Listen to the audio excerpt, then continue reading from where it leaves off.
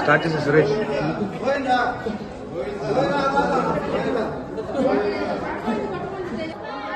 అటు ఉన్నా అటు ఉన్నా. హిందూ సమాజానికి చేతులు జోడించి తెలియజేస్తున్నా, గోవింద అంటే గోమాత. గోమాత పాలు దాగి వడ్డీ కాసులు వాడయ్యాడు. గోమాత పాలు దాగి ప్రపంచానికి కోటేశుడయ్యాడు.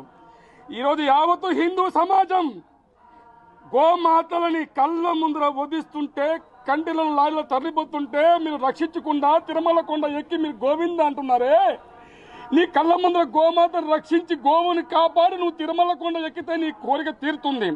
అలాంటి గోమాతను రక్షించకుండా నువ్వు కాపాడకుండా నువ్వు గోవింద అన్న కూడా అది కర్మ సిద్ధాంతం ఉంటుందని ఇది హిందూ సమాజం తెలియజేస్తా ఉన్నా. నా తల్లిని గోసతను కాపాడండి.